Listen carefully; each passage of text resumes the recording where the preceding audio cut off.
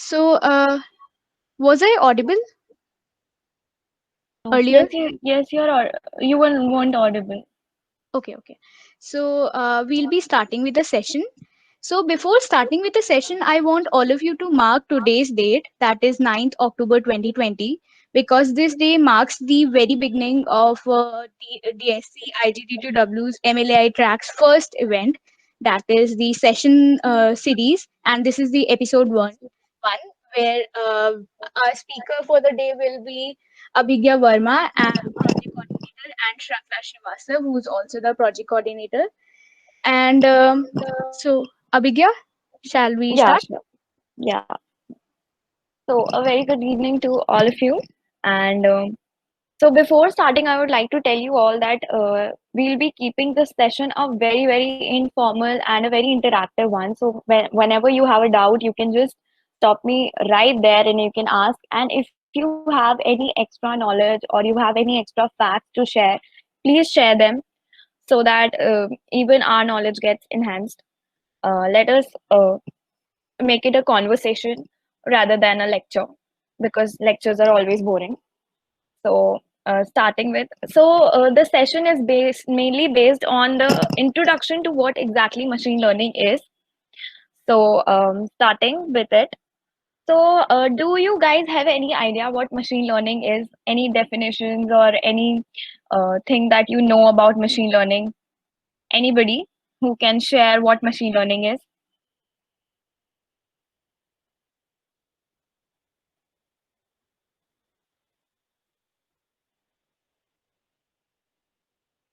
Okay, so let's then if you guys don't have anything to share, I'll start with it.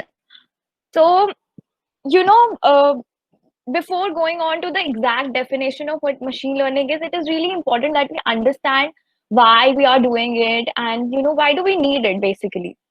And, you know, uh, we should never cram our definitions. We should understand what actually is happening inside this thing called machine learning. So, uh, here we have a meme that says machine learning algorithms imitate biological learning systems. So, if we really want to understand this statement, I will give you an example that, just like a baby, a newborn who has no idea what is happening around, how people are talking. Let's take an example of talking only, how people are talking. So, a baby doesn't know how to speak. But once it starts growing up, it starts hearing what other people are speaking around, he starts speaking those things or copying those things. He starts from the simple words and then starts speaking whole sentences, and slowly we know that we all were babies one day and now we are giving presentations. So we have learned a lot about talking and all of these things. So so basically a machine learning algorithm imitates how babies actually do their work. So a machine learning algorithm is given some data. The data is actually feed it into the algorithm, and the algorithm is trained on that. Now the algorithm doesn't have a lot of idea, can also do mistakes, but it has some idea that how things are happening. If we take a simple example, that we tell the algorithm to segregate tomatoes and potatoes, so on the basis of the images, their images. So we'll give a data set which has images of potatoes and tomatoes. The images will be fed inside the algorithm. The algorithm will understand that okay, this red thing is a tomato and maybe this brownish thing is a potato, but it can still make mistakes. Now that when you give an image to the algorithm to figure out on its own what the vegetable is actually, it will give you an answer on the basis of the data that you have given it. So it is very similar to a biological learning system. There is some information that is constantly being fed or has already been fed to the system, and then the system works out on that. So let's move ahead. So that is the professional definition that you would say on machine learning, that it is training a software program with examples, experiments, or experiences so that it can recognize patterns, make predictions, and complete tasks. In simple language, there is some information that is given to the algorithm, and then the algorithm starts working on that basis. That, this is the information. It starts understanding that information and then gives you the replies on the basis of that. So, before going into the actual algorithms, the mathematical formulas, and how the coding is done, we need to understand some basic terminology. So, artificial intelligence. So, artificial intelligence is that big domain in which machine learning lies. So, what artificial intelligence is? It is absolutely what it sounds like. It is intelligence that is being artificially made. So we all know that human beings are very intelligent. They have a lot of understanding. They see things and they interpret that. Now when you try to copy those things that human beings are doing artificially through machines, that is called artificial intelligence. So as it says, any technique which enables computers to mimic human behavior, that is artificial intelligence. So here we have the definition that making computers sophisticated enough to imitate and possibly even outperform the thoughts and actions of people and other living things. So when we started working with artificial intelligence, like I'll show you, that was in 1950s. Then artificial intelligence was not as fast or as good as the human being. But over the time, we have found out ways to build mechanisms that can even outperform human beings. So artificial intelligence is even more better than the humans. It can outperform even us.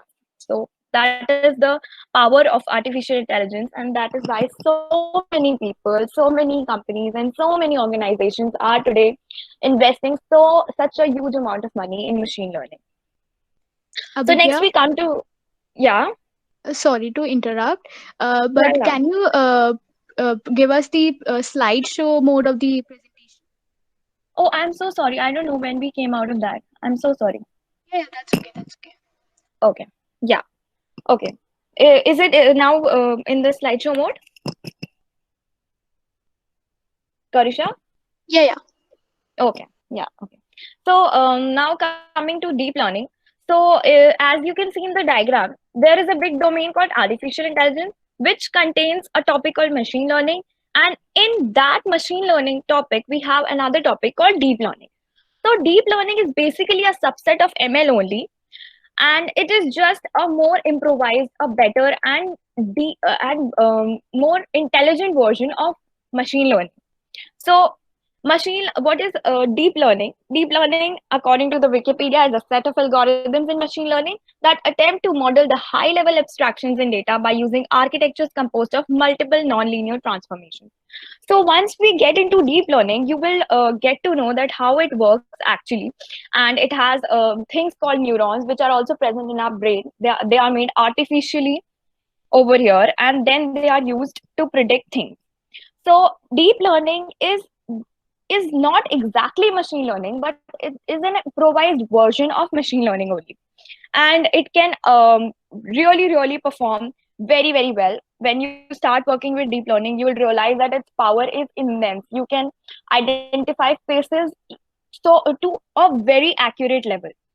So here is the example of face recognition only, where you can see that the features are being identified. First, the features are being extracted, then they are being converted into algorithms, and then they are being matched, and then that is how the faces are recognized in most number of things that you have. Even in the Pinterest, you have visual search options. So all these things work using deep learning only, using machine learning only. So if you see a very strong machine learning algorithm, it is a very high possibility that that is not a machine learning algorithm, it's a deep learning algorithm. And maximum number of robots and artificial intelligence projects nowadays are based on deep learning only, because deep learning is very effective. So some serious stuff.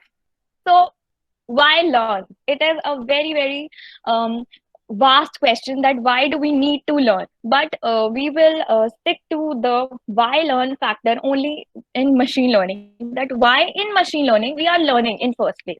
Because when we code in C++ or when we are coding for simple programs, we are not learning, we are just writing a code, and the whole process is getting followed and we're getting the output.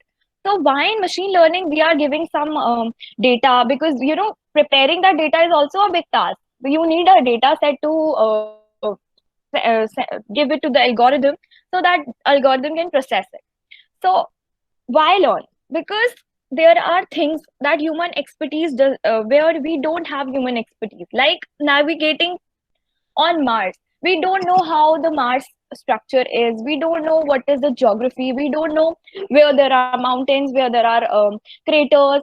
So places where humans cannot go. We all know that all the space agencies are sending their rovers and all these things with cameras on Mars. So these missions are really expensive. So we cannot take a trial thing over there. We need a proper system, a proper mechanism that can navigate, that can check out what is happening and then function.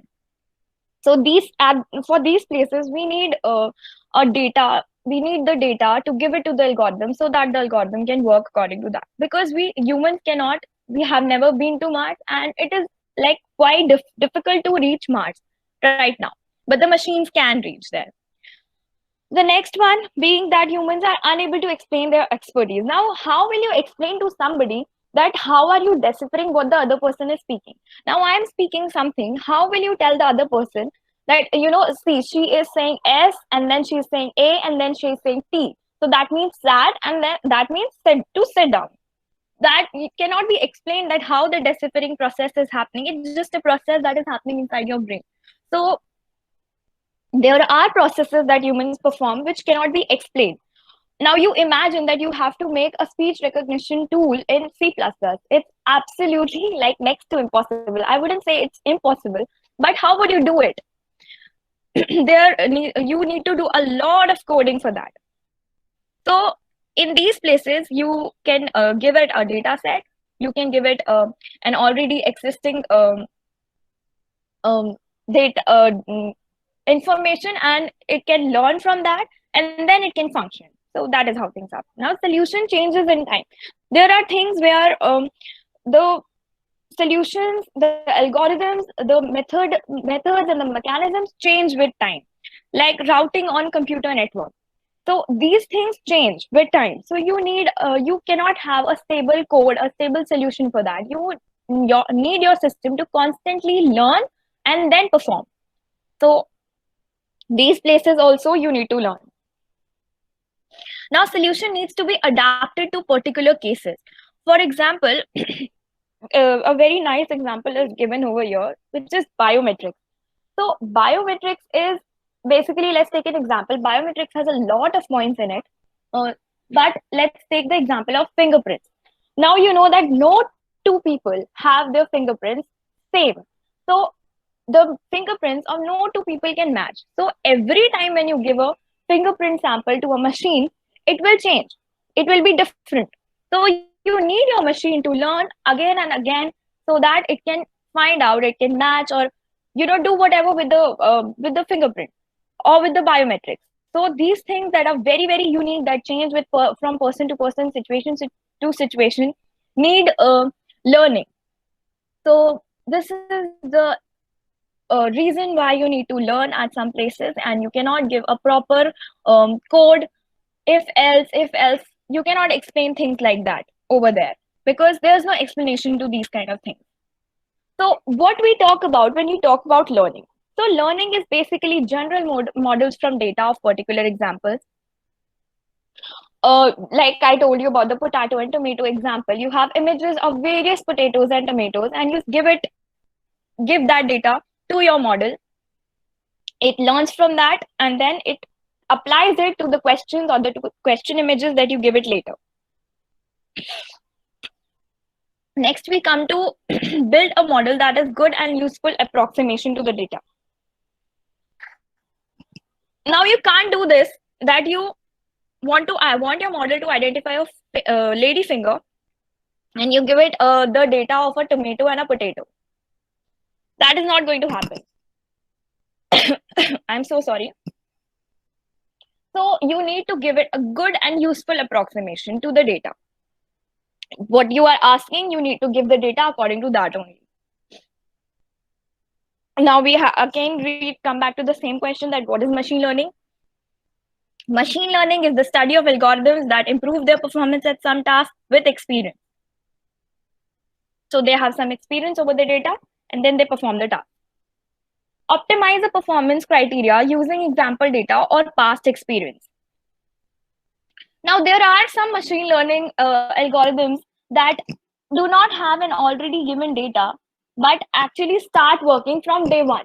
Now, whatever work they do from day one, maybe it is a possibility that from day one, whatever work they do, or on day one, whatever work they do will be absolutely wrong. But it will learn from that. So that is in the case of a past experience. So it will learn from all the experiences. It will collect all that information inside it, learn from that, and then implement it. So whatever it will learn from day one, it will implement it on day two. So there are machine learning algorithms that do not have a lot of data set fed into them, but they learn from the test only that happens with the test cases only. So the next point is the growth of machine learning. So machine learning is preferred approach to speech recognition, natural language processing. So speech recognition, I told you that somebody is speaking something, you need to test it for that, you need to convert it into text. All that comes under speech recognition, natural language processing. It's a very, very vast field. People are working in that. All the robots that you see Sophia speaking, you see Sophia is hearing you and she is then replying to you. How is that happening? All that lies inside this domain. Then you have computer vision. Medical outcome analysis is one field that is very, very rapidly developing these days. There are models and there are projects that are people are working on, where people want that the model or the machine should actually perform the operation. I'm so sorry. Robot control, like I told you in medical, robot control can happen in other places also. Imagine that in a factory, all the work is done by machines. How easy it would become for human beings just to sit in a control room and control those machines. Then computational biology. There are some places like genetics and hereditary evolution where you have lots and lots of mathematical data and you need to process that, you need to get outcomes out of that. So I would give you a very simple example that in human beings, we have 72 chromosomes. Every chromosome has so much of DNA and all the DNAs have a lot of information inside. You need to compute all of that to find out where the problem is sometimes when you are studying about hereditary diseases. So these kind of things are done under computational biology, and it's not actually possible for a human being to do it. So I told you that sometimes artificial intelligence can outperform human beings. This is the example of that. Something that human beings can never do, machines can do. So next we come to types of machine learning. Now, whenever we are studying anything on the earth, there are types and there are categories and they are very irritating. But trust me, the types of machine learning are very, very interesting. And you would be implementing it. And you would love implementing all the types of machine learning because their features and the things you would be able to do after implementing them would be amazing. I won't be telling you the coding, the mathematical things and all of that. But I will just tell you what actually is happening inside these. So machine learning has three domains. One is the supervised, one is the unsupervised, and one is the reinforcement learning. I guess supervised learning will be taken by Shrankla today. So as you can see, it is written over there, supervised learning is task driven. So let's go towards. So here, supervised learning is explained using a very nice example. If you see this input raw data, I know it's very, very clumsy, but there are some triangles, there are some rectangle squares, and there are some circles over there. So how do you segregate this data? So in supervised learning, you have a training data set, you have a desired output, and this is all is given by the supervisor. Who is the supervisor? Basically the programmer, the coder, we people. So they will give a training data set, they will give a desired output to the algorithm. The algorithm is already set. See, the data and the algorithm are very, very different. They are not the same. The data is given to the algorithm is already written. Now this algorithm runs on the training data set, learns that okay, this is the data and this is the output that you receive when you give this data. On the basis of this experience, the algorithm again runs on the input raw data, processes it, and then you get the output. Usually when you give such simple things like triangle, circles, and rectangle card segregation, it is very easy. It is not complicated at all. I would again request all of you that whenever you have a doubt, you can please stop me there itself and ask your doubts. Now, supervised learning also has two further branches. One is classification, one is regression. Classification has labels. That means you have potato and you have tomato. Regression means no labels defined. There are no labels. You just have a data set like a height of people in your class. That's a data set, and you need to find out the middle ground, the average. That comes under regression. Now, very beautiful example of what regression and classification actually is. Regression, you have a data set which has the temperature over the month. Now, that here the prediction says 84 degree Fahrenheit. Now, that means that over the month, the temperature was 84 degree Fahrenheit only. That is the average kind of a thing. That doesn't mean that all the data has 84. There will be 89, there will be 82, but the average comes out to be 84. Classification will be like again I said there will be labels cold or hot. Now that tells you that half of the month, around half of the month, like the temperature was below 60 and then it was above 60. So prediction is hot or prediction is cold under labels. Now that is classification versus regression written in a tabular form. You can read it. A tree model where the target variable can be discrete set of values. The label thing.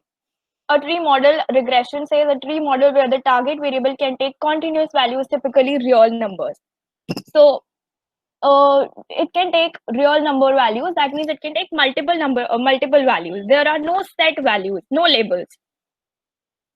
Then you have under classification, the dependent variables are categorical. There will always be categories and your result will be from that category only. Dependent variables are numericals. There will be always numericals, no labels ever. Now that is, when you will start doing the coding and the programming, these are the kind of graphs that you will receive in classification and in regression. So very clearly you can see the segregation happening in classification and the average is being found out using regression. So moving ahead, now again we come back to the second type of machine learning, that is the unsupervised learning. You don't have a data over here, a data set. You can see the input again is the same. Now there's no output, no training data set. So there's just an interpretation. The data is interpreted. You will learn the techniques when you will actually learn the unsupervised learning.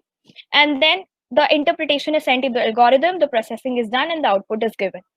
So this is a bit difficult in comparison to supervised learning. Supervised learning is easy because, of course, you have already taught the model what to do. But here it is actually interpreting the data that you have given, the test data only, and then it is giving the output. Unsupervised learning also has two categories, clustering and association. So clustering is grouping customers by purchasing behavior. So this is an example, purchasing, how the customers are purchasing in the market. So you have segregated the customers on the basis of what they are buying. And in association, you actually are linking some customers to what they are buying. So for example, yeah, somebody is speaking something. Okay. People that buy X tend to buy Y. People that buy A plus B tend to buy C. So there's an association happening. Although clustering is very commonly used, even association is also used at places. All depends on the requirements. Coming to the third part, the reinforcement learning. This is a very difficult kind of a algorithm, and not very generally used, but very powerful. Third one, reinforcement learning. You have an input raw data. So in reinforcement learning, everything is happening inside the system, inside the algorithm. You call it a basically a black box. So this is the basically the agent environment. You have the reward, fit, selection of algorithm, and the best action. So everything is happening inside this black box kind of thing. So you give it the data, then it actually analyzes it, selects the best algorithm for it, then selects the best action that should be done, and then the segregation happens. So that is how things are happening over here. Um, Thank you so much for being such patient listeners. I would like all of you to send your queries and doubts. You can speak up also in the in the chat box. You can write also. So I hope you learned something out of this session, and that's from my side. Thank you so much, and I would like to end. Thank you, Abhigya. That was a great session. I hope the beginners have found some insight about what is machine learning. Please ask your questions if you have any before we move on to our next session. Or if you have some feedback, or if you want to share something else with everyone, you feel free to do so. May I ask? Yeah, sure. Go ahead. So, Abhigya, is clustering and association interrelated? No. Um, uh, no, Nidhi. Both of them are different. Clustering as a separate technique, association is a separate technique. Their uses are different. It's just that both of them don't have a particular data set that is given to the algorithm to practice on, and therefore they are under unsupervised learning. They are separate techniques, like you have regression and um, uh, classification. The similarly you have association and clustering, two separate techniques. Okay, thank you. Yeah, you're welcome. Anybody else? I would love if you would be able to give a feedback in the chat box. And thank you so much.